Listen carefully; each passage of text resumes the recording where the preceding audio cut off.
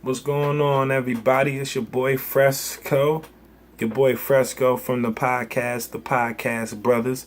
If you haven't heard it yet, yesterday we just recorded episode 8 of the Podcast Brothers. You can go and listen to that. You can listen to that on YouTube, on our YouTube page, on iTunes, on Google Play, and on SoundCloud. You can search the Podcast Brothers.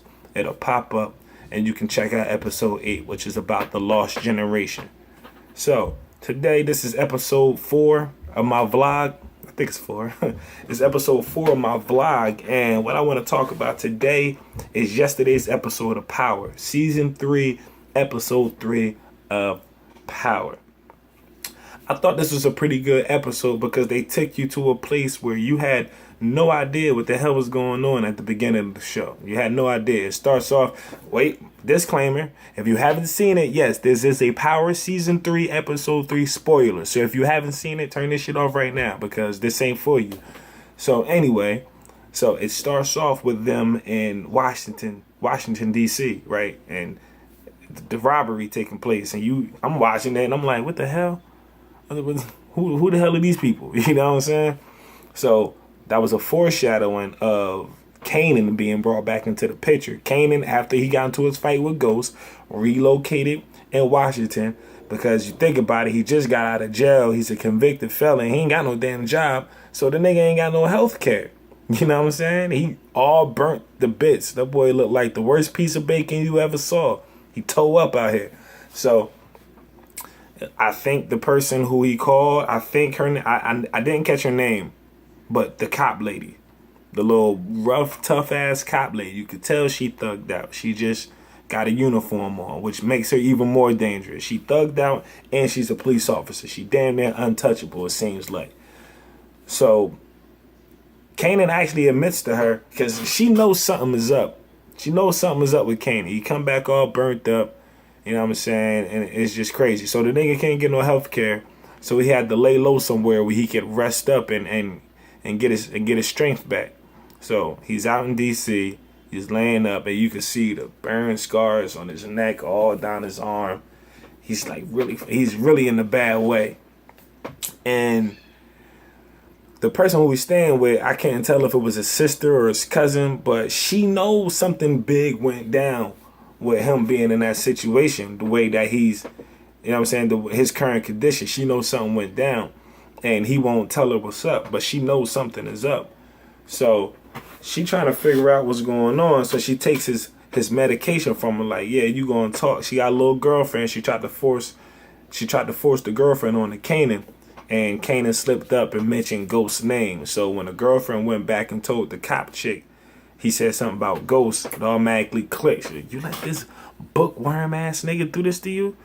Or whatever like that. So she pulls up Sean's file. Yes, Canaan's son Sean. She pulls up his death file. And she like, you don't think I can piece it together? You don't think I can look shit up? You don't think it's weird you don't think I'd find it weird that you reach out to me to help you around the time that your son dies? So she got it all figured out in her mind. It's all Ghost. It's all Ghost's fault. Ghost killed Sean. So he came clean, actually admitted to it, which surprised me. I thought the nigga was just gonna let Shorty run with the notion that Ghost off this son, but he was like, Ghost didn't kill him. I pulled the trigger. It was me. He chose Ghost over me. You know what I'm saying? Which is crazy. I don't know how you admit to killing your own son just because he chose somebody else who he known more so as his father than you, and you was on some bullshit anyway. Whatever. So I'm looking to see how that's going to play out. Now, what about the boy Tariq? I knew this was going to happen with Tariq. I knew this was going to happen. Ghost is trying to make those kids comfortable with his situation, like they supposed to be cool with that. Nah, man, you just upped and ditched my mom for this lady I don't even know. Now you got us over here staying the night. You damn right I went in her closet. You damn right I took her gun. I mean, he shouldn't have took it. He shouldn't have took it. I don't know why he took it or what he planned on doing with it. But that just goes to show you, man. That just plays more into the fact why I don't like what Ghost is doing, because it's a trickle-down effect on everybody. If Ghost would have stayed with Tasha and their relationship and their marriage would have stayed intact, Tariq would have never had that gun. Tariq would have never been feeling what he feeling. You heard what he said? Yo, Sean just got killed. You know what I'm saying? You said it was for no reason. So hell, I saw a gun and I took it. The boy lost one of his best friends. And then right after he loses one of his best friends, his dad wants to tell him, yo, basically, yo, I'm not with your mom no more. This my new girlfriend. Y'all gotta like her. This your new stepmom. First of all, Ghost didn't even look right disciplining his kid. He didn't look right at all. You can do all that tough shit out in the street, shoot niggas and do all this crazy stuff, but you can't discipline your own kid. Ghost ain't shit.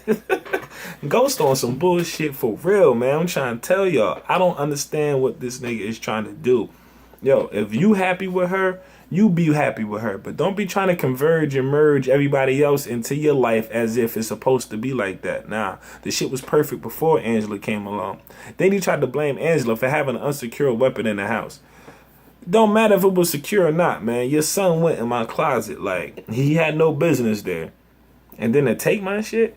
And then Tasha, yo, round of applause for Tasha. Round of applause for Tasha for letting Ghost ass have it inside of that damn principal's office, dean's office, whatever high paying prep school they got Tariq rolled in with the tuition's probably like $40,000 a month for like high school or some shit. But shout out to Tasha for holding it down for the family while she was talking to the dean of the school, because they tried to expel Tariq, and Tasha brought up several instances where other kids, white kids, were put in positions to be expelled, but they weren't expelled. She gave a whole rundown. Ghost sitting there stuck like Chuck because they figured out the gun was registered to a AUSA Angela Valdez. So Tasha like, oh, you trying to blame this on me, but it was your side bitch gun that got my son into this jam. And then on top of that, not only was it her gun that got him into the jam, but you left them there. All three of my kids, you left all three of my kids in the house with this woman I don't even like. I only left them there because you wanted them there.